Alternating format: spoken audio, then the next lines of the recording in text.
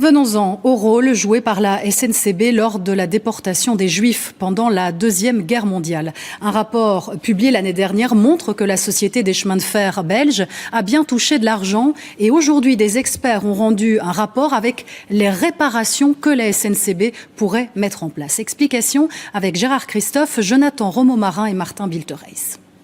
C'est un fait admis, oui, la SNCB a eu des responsabilités dans la déportation des plus de 25 500 juifs, roms et autres personnes persécutées envoyées vers Auschwitz.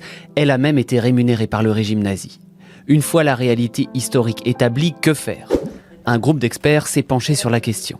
Première conclusion, il faut un geste fort de la SNCB.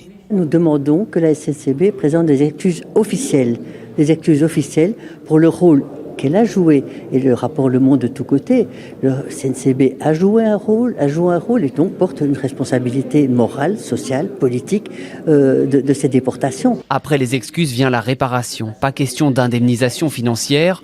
En revanche, les experts demandent au prochain gouvernement fédéral d'améliorer encore le statut des victimes et de leurs ayants droit. Certains Roms, par exemple, certaines communautés roms nous ont dit on n'était pas au courant de la loi Flao qui nous permettait dans telle et telle condition de faire des demandes.